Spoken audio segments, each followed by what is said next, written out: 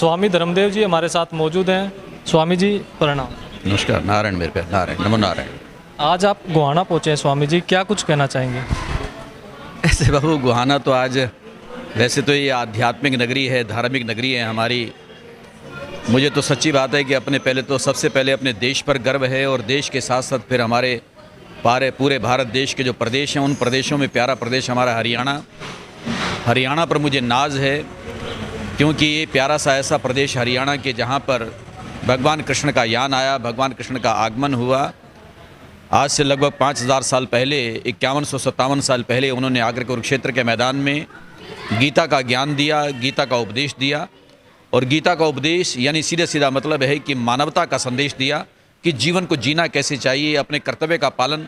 क्योंकि मेरी मान्यता ये है कि गीता ऐसा पावन ग्रंथ है जो हमको हमारे कर्तव्य का बोध कराता है, कि अर्जुन को लक्ष्य बना करके भगवान बार बार ये कहते हैं कि अर्जुन तेरा कर्तव्य क्या है, इस समय तेरी ड्यूटी क्या है। युद्ध के मैदान में युद्ध करना होता है, न कि यहाँ भजन करना होता है।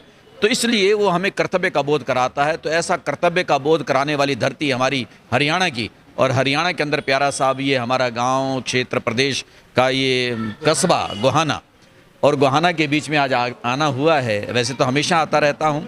आज वैसे तो यहाँ आध्यात्मिक और धार्मिक कार्यक्रम सनातन धर्म मंदिर का है, लेकिन उससे पूर्व इस समय हम ये श्रेय इंटरनेशनल शेयर एंटरप्राइजेज उस प्रतिष्ठान में मैं आया हूँ, रिबन कटवाया। इसकी ओपनिंग एक तरह से मैं ये मानूंगा कि इन्होंने विधिवत आज की है, मेरे को सम्मान देते हुए या प्यार देते हुए। और इसमें जैसे कि अब आपने कहा कि मैं कहना क्या चाहूँगा, मेरे प्यारे, जैसे मुख्य बात मैंने कही, क्योंकि वैसे ये जो प्रतिष्ठान ये खुला है, यहाँ पर ये बच्चा हमारा श्रेय बैठेगा और ये यहाँ अपनी ड्यूटी, अपना फ़र्ज़ जो इसका है उसको निभाएगा, अपना काम चलाएगा। और इसके माध्यम से मैं सबको संदेश देना चाहता हूँ कि दुनिया में आए हैं, मानव जीवन को पाया है, मानव जीवन को पा करके हमको कोई न कोई कार्य करना होता है, यानी कर्म करना होता है। तो मैं सबको संदेश देना चाहता हूँ कि कर्म करें, मेहनत करें, परिश्रम करें, पुरुषार्थ करें, क्योंकि ज़िंदगी पुरुषार्थ के लिए मिली है। हमें पुरुषार्थ करना होता है, परिश्रम करना होता है। अगर मैं यहाँ पर ज़रा सा जिक्र करूँ, कभी मैंने गोहाना के मंदिर में इस बात को कहा था, आज आपके प्रश्न का जवाब देते हुए उस बात को फिर कह देना चाहता हूँ कि जब हम 12 खड़ी पढ़ते हैं या कह के पढ़ते हैं, तो उसमें पहला अक्षर कै, दूसरा कै। कै का मतलब है कमाओ, कै का मतलब है कमा के खाओ। हैं, हमें कमा के खाना चाहिए। तो यहाँ पर ये यानी जो प्रतिष्ठान खुला है, यहाँ बच्चे ने मेहनत करनी है। और सभी लोगों को कहना चाहता हूँ कि जीवन में आए हैं, कर्म करें, काम करें, पुरुषार्थ करें, मेहनत करें, कमाएं और कमा के फिर खाएं, और खाने के बाद फिर उसके बाद उसको लगाएं, यानी परमार्थ में, उपकार में, परोपकार में, किसी की भलाई में अपने तन को, मन को, जीवन को लगाएं।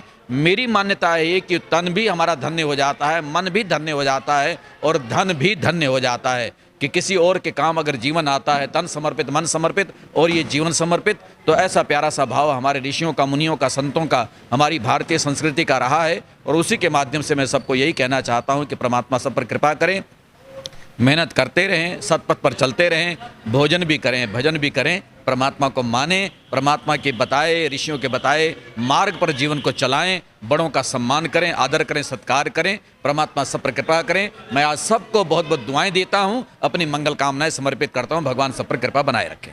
आपके आशीर्वाद से यहाँ पंचनद एजुकेशन सोसाइटी संस्थान भी चला हुआ सर, जो शिक्षाएं देता है गरीब लड़कियों के लिए भी, एजुकेशन, कंप्यूटर, उसके बारे में क्या कहना चाहिए? देखो, ऐसे है कि पंचनद सबसे पहली बात तो ये है कि अपने आप में बहुत प्यारा एक संगठन है, और हमारे गोहाना में बैठे हैं इस समय, और गोहाना का ही उदीयमान नौजवान हमारा प्यारा सा हमारे जितेंद्र गेरा जी, जो कि पूरे हरियाणा प्रदेश के पंचनद के वो युवा अध्यक्ष भी हैं। और ऐसे प्यारे से हम पंचनद का एक संगठन, एक मिशन जो चलने वाला है, उसके अध्यक्ष की, युवा अध्यक्ष की नगरी में बैठे हुए हैं। और उसमें जो पंचनद का नाम लेकर के एक सेंटर चल रहा है, जिसको कि हमारा एक नौजवान सुमित ये उसको संचालित कर रहे हैं।